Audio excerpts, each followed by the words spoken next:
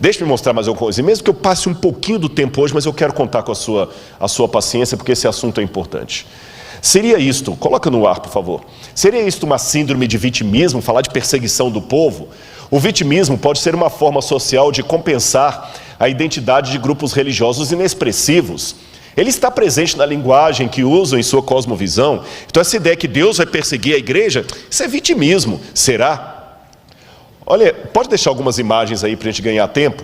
O mundo também duvidou que Hitler faria o que fez.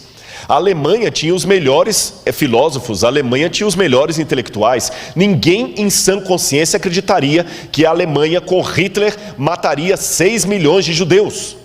A Alemanha de Heidegger, pode voltar para mim aqui, a Alemanha de Goethe, do Fausto, a Alemanha de Wagner. A Alemanha é um país tão intelectual que a gente, quando faz doutorado em teologia, eu não falo alemão, mas eu fui obrigado a fazer uma prova de alemão para o doutorado. E quando eu perguntei ao meu professor, por que eu tenho que fazer prova de alemão? Ele falou assim, porque há coisas no alemão. Eu falei, muitos livros já estão em inglês. Ele falou, mas tem coisas em alemão que não se traduzem. O alemão é uma língua tão filosófica que você explica, você não traduz o alemão. O país mais intelectual do mundo, a Grécia moderna para mim, é a Alemanha. E esse país tão intelectual, das grandes universidades, Stuttgart, do Aufklärung, que é o iluminismo alemão, das expressões técnicas, de Freud, a Alemanha de Nietzsche, foi a Alemanha que matou 6 milhões de judeus. E mesmo que alguém fale, você está culpando o povo? Não, mas um povo que era tão inteligente não percebeu que o Führer era um maníaco. E muita gente duvidou. Eu sei que é complicado falar de eventos finais, porque algumas coisas beiram a teoria da conspiração, e eu odeio teoria da conspiração. E parece teoria da conspiração, mas também parecia teoria da conspiração que Hitler houvera de fazer o que fez. Vamos voltar para o quadro. A verdade é que seres humanos têm dificuldade de aceitar é que existem Hitlers em potencial em cada esquina do mundo. E qual foi a receita da maldade de Adolf Hitler? Eu já li vários livros sobre o nazismo, sobre a Segunda Guerra Mundial, e eu elenquei em 7 pontos a receita da maldade. Basta ter uma crise, um povo sem rumo, a Alemanha saiu destroçada da Primeira Guerra Mundial, uma índole má coletiva, a tendência, um marketing, você tem Leni Riefenstahl, e você tem Joseph Goebbels, que foram os ministros da propaganda de Hitler. Você tem Albert Speer, que teve o plano, um discurso de mentiras e sedução e o interesse de Satanás.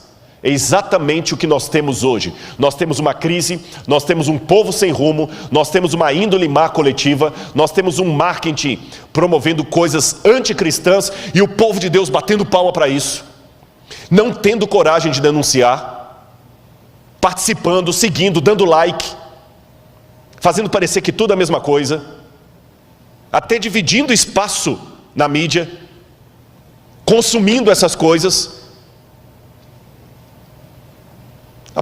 e tudo bem. E o marketing está aí. Nós temos um plano, nós temos discursos de mentiras, e nós temos um interesse de Satanás. Thomas Malthus, em 1798, o ano que marca o tempo do fim, ele fez uma profecia catastrófica, que o mundo ia entrar numa situação de fome, porque enquanto a população crescia em sentido geométrico, a produção de alimentos era em sentido aritmético, então teria mais gente do que comida, seria uma catástrofe. Hoje, inclusive, Thomas Malthus influenciou a teoria da evolução das espécies de Charles Darwin. Contudo, hoje as pessoas não acreditam mais na teoria de Thomas Malthus, porque nós temos mais produção de alimentos do que gente. Mas, porém, contudo, entretanto, todavia, há algumas pessoas que estão revendo os dados de Thomas Malthus. Eu quero apresentar uma pesquisa para você aí. Essa pesquisa foi feita por John Calhoun, nos anos 1960, chamada Halo Comportamental, da Behavioral Sync. Ele fez um exercício de sociologia, onde durante vários meses, ele colocou camundongos do tipo Norway Rats num cômodo, e ele percebeu como esses ratos, eu tinha um vídeo para mostrar, mas por medo de derrubarem a página, eu não mostrei esse vídeo, onde ele mostra os ratos, como eles se comportam como seres humanos. Eu vou descrever para você o comportamento daqueles ratinhos na gaiola comportamental. Eles tinham as casinhas, os próprios ratos se organizaram para ter a rua, as fêmeas tinham uma relação monogâmica, vários ratos chegavam, a fêmea soltava o feromônio e a fêmea escolhia qual rato era que ia para acasalar, ela acasalava com o macho, os dois ficavam cuidando dos filhotes. Havia propriedade respeitada, os machos demarcavam com as fêmeas a propriedade dele com urina, ninguém passava ali, os ratos tinham as vias públicas, os ratos eram solidários, viviam bem. Aí o que começou a acontecer? Com o tempo eles começaram a diminuir, não a quantidade de comida, mas o local onde a comida era acessível. Só num cantinho que tinha comida. E passou para os ratos a impressão que a comida estava ficando escassa. Meus irmãos, John Calhoun começou a perceber paulatinamente a mudança de comportamento progressiva dos ratos. Como é que eles foram ficando mais agressivos uns com os outros, mais agressivos. A ponto que os ratos agora já não começavam mais a respeitar as vias públicas, começavam a invadir propriedade privada. Agora as fêmeas não eram mais respeitadas na época em que ela estava no cio. 4, 5 ratos atacavam uma mesma fêmea fora do cio, copulavam com ela, vários ratos, e depois a matavam. A violência começou a estar ali, e alguns ratos começaram a se organizar em verdadeiras gangues. E começaram a matar uns aos outros, e começou a diminuir a população, porque os ratos iam ficando cada vez mais agressivos e mudando o comportamento deles. E começaram a fazer coletivos de ratos, que começaram a morar agora em lugares tipo um apartamento, e os ratos dominantes ficavam no topo, e obrigavam os outros ratos a irem levar comida para eles, e batiam nos outros ratos, e começavam a descer em gangues. Olha a descrição da pesquisa de John Calhoun nos últimos dias. Ele começou a registrar que entre os machos havia 4 tipos de personalidade que começavam a ficar cada vez mais acentuadas. Haviam os machos dominantes, também chamados de bonitos, altamente agressivos. Havia machos homossexuais, insinuavam-se a membros do mesmo sexo, ou fêmeas estéreis, que eram atacadas pelos dominantes. E antes que alguém ache que é homofobia o que eu estou falando, não é homofobia não, meu amigo, eu só estou repetindo o dado de uma pesquisa científica que foi apresentada. Não havia esse comportamento antes da crise. Agora começavam machos se insinuando sexualmente para machos. Tá certo? Não estou falando agora que o homossexual é uma distorção, que é uma doença, não estou falando nisso, eu estou apenas descrevendo o que aconteceu. Está ali nos dados, pega o artigo científico, eu coloquei até a foto do artigo científico, é só isso que eu estou falando. E não havia esse comportamento antes. E essa situação de machos se insinuarem para machos começou a ficar cada vez mais comum. A situação de machos agredindo fêmeas e até matando-a, começou a ficar mais comum. É isso que eu estou acentuando. Outro detalhe, vamos voltar para a tela. Havia os passivos que começavam a mover como zumbis entre a população, completamente apáticos. Havia os sondadores, hiperativos, hipersensuais, bissexuais e canibais. E as interações sociais dos ratos tornaram-se cada vez mais de curta duração. Os instintos de cortejo sexual e parentesco desapareceram. E quando John Calhoun, que não era um evangelista, não era um teólogo, não era um pastor, ele terminou de fazer essa pesquisa, a primeira pergunta que todos fizeram é: será que o que aconteceu no laboratório com os ratos pode acontecer com a humanidade se a previsão malthusiana de Thomas Malthus vier à tona? Será que nós vamos ficar assim? Será que isto poderia acontecer conosco? Calhoun continuou seus estudos por muitos anos. No entanto, a publicação de 62 colocou o conceito em domínio público, e assim ele tomou espaço na cultura popular como uma analogia do comportamento humano. Ele acabou se aposentando do Instituto Nacional de Saúde Mental em 1984, mas continuou a trabalhar em suas pesquisas até sua morte em 1995. E hoje nós vivemos o que é chamado de neo-malthusiano. Por quê? O mundo hoje está passando, pode colocar em mim aqui, uma situação muito análoga à daqueles ratos. Nós ainda temos quantidade de comida em grande escala, mas como na experiência elas estão concentradas em poucos pontos do planeta. E o resultado, olha aí na sua tela. A cada 4 segundos, uma pessoa morre no mundo por fome. A cada 4 segundos. Mais de 1 bilhão de pessoas, 18% da população mundial, não tem acesso à quantidade mínima de água para o consumo. Entre 100 pessoas, uma estaria morrendo de fome, 15 estariam desnutridas e 21 com excesso de peso, segundo uma pesquisa feita por Fritz Erickson, da Ferris State University. Enquanto isso, no chamado mundo de Deus, novos estudos observam que, apesar dos progressos das últimas décadas, cerca de 800 milhões de pessoas não têm simplesmente o que comer. No total, seriam necessários 267 bilhões de dólares por ano para acabar com a fome no mundo, por vários anos. Se você quiser acabar com a fome de uma vez só, quiser acabar com os problemas de saneamento, saúde e outros mais, eu precisaria de 1,2 trilhão de dólares por ano para acabar com a fome e com os problemas de desigualdades. Onde eu conseguiria 1,2 trilhão de dólares no mundo? Pode continuar com a tela. Onde nós conseguiríamos tanto dinheiro? Talvez aqui esteja o ralo social humano. Segundo dados da ONU, o tráfico de drogas, não o seu combate, o tráfico de drogas movimenta 300 bilhões por ano. A prostituição é o segundo maior negócio do mundo, com cerca de 108 bilhões por ano. Volta para mim. O tráfico de drogas movimenta 300 bilhões por ano. Você pode falar, tá, mas eu não participo do tráfico de drogas. Você não participa do tráfico de drogas, mas fica enaltecendo aquele jogador que é usuário costumado de drogas e não vê problema em que seu filho consuma os discos, ou o youtuber que é usuário de drogas e fica defendendo liberação da maconha. Esse youtuber também está ajudando, está contribuindo com os 300 bilhões de dólares que é gasto só com tráficos de drogas. Não pense no tráfico de drogas só no rei do morro, que está ali, no chefe do narcotráfico. Há tráfico de drogas correndo à torta e à direita, com um monte de pessoas midiáticas que defendem isso na mídia. Filmes que olham como tudo sendo normal. Está na hora dos irmãos voltarem a ser um pouco mais conservadores.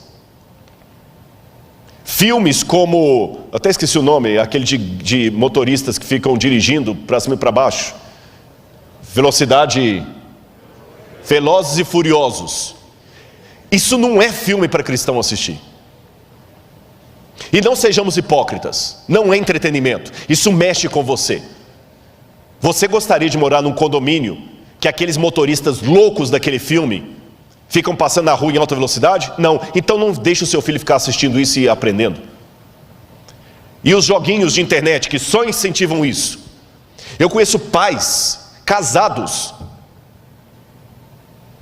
que às vezes a esposa está fazendo a comida lá e ele está jogando esses joguinhos violentos, cheios de coisa. Isso não é entretenimento para cristão? E quando é que a gente vai ter que dar a cara a tapa e falar que nós devemos voltar ao conservadorismo? Não ao tradicionalismo. Tradicionalismo é besteira. Mas um pouco de conservação não faz mal. E a promiscuidade que eu falei. Muitas mães acham lindinho vestir as meninas como a Anitta. E se falar de modéstia cristã agora, você virou moralista, chauvinista, patriarcal. E ninguém fala contra essas coisas, mas está movimentando tudo aquilo ali. Vou mostrar mais dados. Coloca de novo aí. O terceiro lugar é ocupado pelos bancos, que movimentam cerca de 115 bilhões. Embora nem todo mundo mude, algumas entidades acumulam seus cofres até 800 bilhões em ativos. Em 2019, só para vocês terem uma noção, 2.153 bilionários tinham o equivalente a 60% do PIB mundial. Em quarto lugar, você tem jogos de azar. Somente a Espanha gasta 35 bilhões por ano. E tem a indústria do cinema que alimenta tudo isso. E tem a indústria do entretenimento que alimenta tudo isso. E alguém pode falar, tá, e as religiões também? Bom, eu não posso falar de todas as religiões, mas eu posso dizer que na igreja adventista às vezes tem problema financeiro. Eu já vi vários. Mas quando o pastor é descoberto, ele é demitido sumariamente. Nunca mais é reingressado ao ministério. Se houve alguma exceção à regra, pode ter sido que tenha havido. Não estou negando. Pode ter sido o caso de algum pastor adventista que passou a mão e por padrinhamento tem ficado? Pode ter sido. Mas não é a regra. Não é a regra. Eu já vi alguns passando a mão até ser descoberto. Tanto é que a igreja tem o auditor. Não estou dizendo que a igreja adventista é a fina flor dos flores feno. Não, eu convivo nela. Eu sei que há problemas. Quer um exemplo de problema na igreja? Está falando para você aqui agora. Está um problema da igreja falando para você aqui agora. Convive comigo, você vai ver que eu tenho muitos problemas. Mas eu sei que a igreja não brinca. E o dízimo não fica na igreja local. O dízimo é distribuído. E lá tem a percentual, e vocês podem pegar da internet, eu peguei na internet, como é que o dízimo é distribuído, quanto que vai para cada canto. Essa igreja aqui não fica um centavo do dízimo nessa igreja. Ela partilha com todos os outros. Por isso que qualquer pastor adventista pode ter o mesmo salário, quer ele seja pastor de uma igreja grande como essa, cheia de empresários, ou seja pastor de uma igreja desse tamanhozinho. O que diferencia, é lógico, são os auxílios, porque você não quer comparar o aluguel de alguém que mora em Brasília com o aluguel de alguém que mora em Jequié. Vocês entenderam? Eu não ganho pontos a mais, o pastor Douglas tem doutorado. Compara o preço do salário de um diretor, de um pró-reitor, compara o salário de um pró-reitor.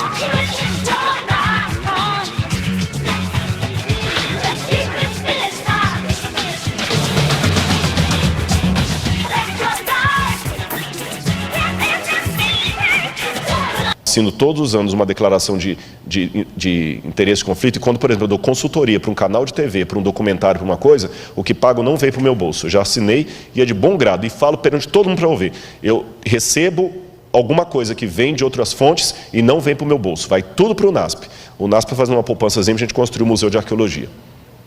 Eu vivo exclusivamente do salário de professor. Tá bem? E mesmo que houver problemas, eu não sei nadar, mas eu aprendi uma coisa: se alguém estiver afogando, não pule, serão 2 mortos ao invés de 1. Se o outro rouba e você, por causa disso, também não devolve o que pertence a Deus, são 2 ladrões que Deus vai cobrar: o que não usou bem os dízimos e você que não devolveu. Agora, a sociedade está entrando ralo abaixo. E se a gente economizasse um pouco em pornografia, jogos de azar e outras coisas mais, e desperdício de comida, nós teríamos dinheiro para saciar a fome no mundo, porque só de desperdício de comida são 750 bilhões de dólares todo ano. É por isso que temos aqueles contrastes. E não venho falar que eu estou com gordofobia, que agora tudo você tem que tomar cuidado. Eu estou apenas mostrando o contraste de uns passando fome e outros. Agora consideremos mais alguns textos para eu terminar. Ellen White de novo. O tempo de graça não durará muito mais. Deus está retirando da terra sua mão refreadora. Por longo tempo Ele tem falado a homens e mulheres mediante a atuação de seu Espírito, mas eles não têm atendido ao seu apelo. Agora está falando ao seu povo por meio de seus juízos. Será que o Covid já não é uma demonstração dos juízos de Deus? Por que a gente tem medo de falar isso? Por que eu acredito que o fogo que caiu em Sodoma e Gomorra é fogo de Deus? Por que eu acredito que as pragas que caíram no Egito é praga de Deus? Por que o Covid? Não fale, por quê? Rodrigo, mas você está me ofendendo, porque o meu pai morreu de Covid. Não estou. Sabe por quê? Eu dei o exemplo ontem aqui. Babilônia não veio por acidente de história. Foi Deus que mandou a Babilônia como um juízo sobre Israel. E Daniel, sendo fiel a Deus com seus companheiros, foi parar onde como escravo? Na Babilônia. Então, até que o fechamento da porta da graça aconteça, pessoas fiéis a Deus acabam sendo atingidos pelo juízo de Deus. A única diferença é o seguinte: se Deus permite que um filho, uma filha dele fiel, sofra as consequências do seu juízo antes do fechamento da porta da graça, é para que aquilo sirva de testemunho para outros, da mesma maneira que ele permite o martírio de pessoas que morrem por sua fé. Então, se o seu pai, se a sua mãe é uma pessoa fiel a Deus, e Deus não impediu que ele morresse de Covid, leia da seguinte maneira: Deus não impediu que o seu pai morresse de Covid, como também não impediu que o apóstolo Paulo morresse degolado, mesmo sendo tão fiel a Deus. Deus permitiu que o seu pai morresse por causa desse vírus que veio da China, como permitiu que Daniel fosse para a Babilônia. Mas o fato de Daniel sofrer o revés da Babilônia não significa que a Babilônia não era um juízo de Deus sobre o seu povo. Entendeu minha comparação? Ficou esclarecido? Será que o Covid não é mais um dos juízos que Deus está permitindo para nos acordar? Vamos continuar aqui. Olha as pragas do fim. Depois você vai ler em sua casa Apocalipse 16, vai falar das pragas. Mas o que me chama a atenção são duas coisas. Em primeiro lugar, Apocalipse 11, verso 18 fala que é chegado o tempo para destruíres os que destroem a terra. Há 2000 anos Deus falou que o ser humano ia chegar a uma situação de poder destruir a terra. E quando ele vai falar das pragas, Deus coloca as pragas numa linguagem muito interessante. Ele fala que os rios se tornarão como sangue de morto. Como é sangue de morto? É vermelho? Sangue de morto é escuro, é fétido, é quase coagulado. Como estão os rios? Como é que está o Tietê? Como é que está o Pinheiros? Deus falou que o sol ia esquentar sobre o povo. A camada de ozônio agora, efeito estufa. Deus falou que iam vir pestes perniciosas. Olha aí o tanto de doença. Mas, olha o que Ellen White escreveu. As pragas podem ser o megafone de Deus, lembrando de C.S. Lewis. Ela diz: as pragas de Deus já estão caindo sobre a terra, arrebatando os edifícios suntuosos como um sopro do fogo de Deus. Esses juízos não farão que os cristãos professos caiam em si. Deus permite que sobrevenham para que o mundo se acautele e os pecadores temam e tremam diante dele. Um pouquinho das taças da ira de Deus já tem permissão para cair na terra, e o mar é afetado e os elementos da atmosfera. As causas dessas condições incomuns estão sendo investigadas, mas inutilmente. Deus não tem impedido que os poderes das trevas levem avante sua levanta obra de poluir o ar, uma das fontes da vida e nutrição com miasma fatal. Não somente é afetada a vida vegetal, mas o homem sofre de epidemias. Estas coisas são o resultado de gotas das taças da ira de Deus que estão presentes no indicativo ativo, sendo borrifadas sobre a terra e constituem as débeis representações do que ocorrerá no futuro.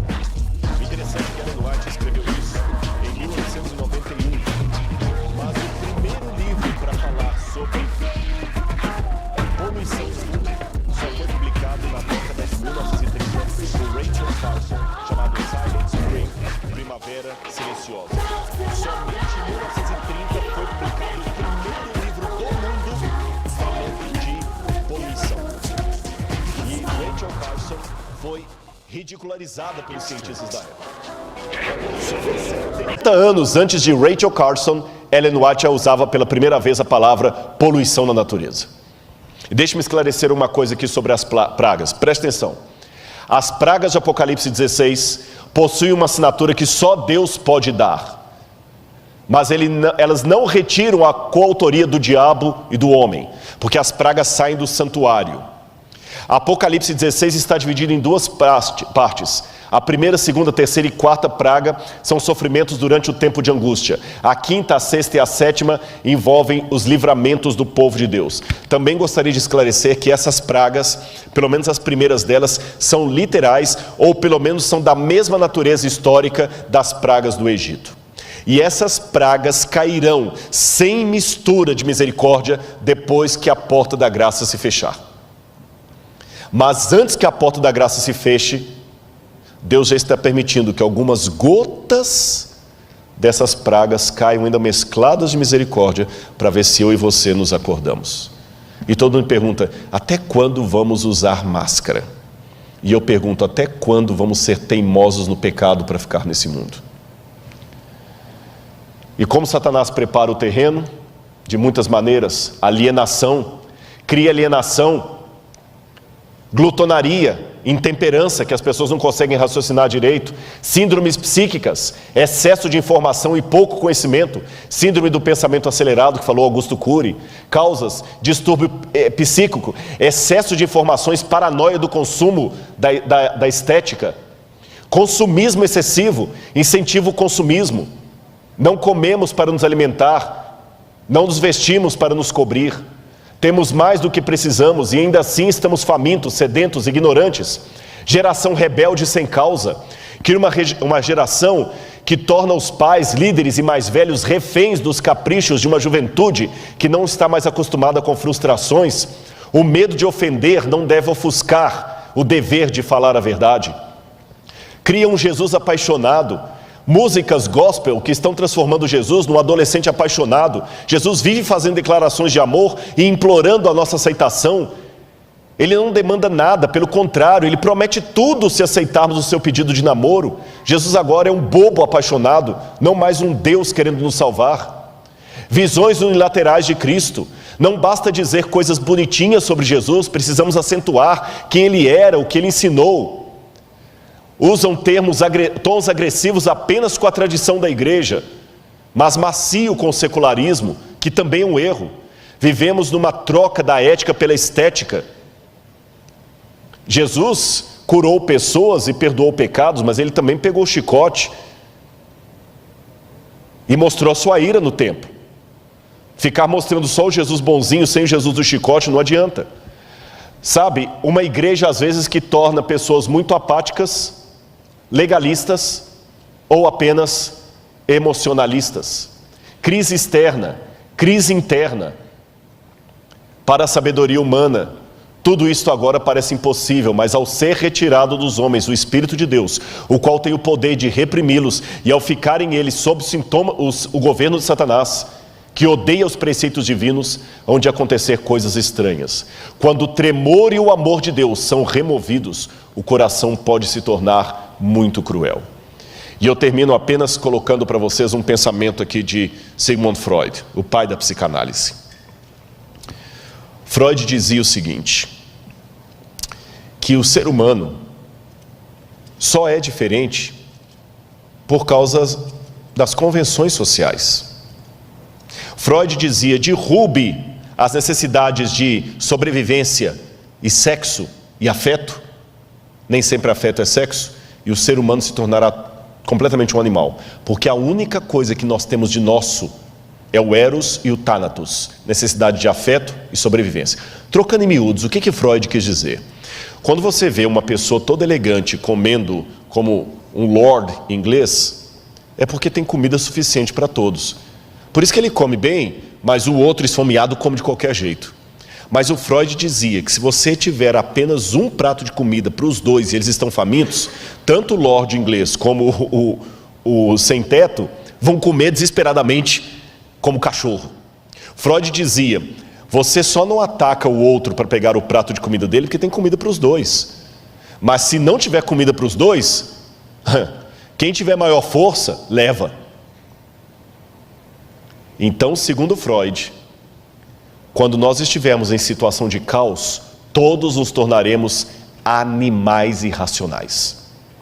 Porém, um ex-discípulo de Freud, chamado Viktor Frankl, que foi prisioneiro de Dachau e de Auschwitz por ser judeu, quando ele sobreviveu ao campo de concentração nazista, Viktor Frankl fundou a terceira escola de psicanálise de Viena, e ele discordou de Freud.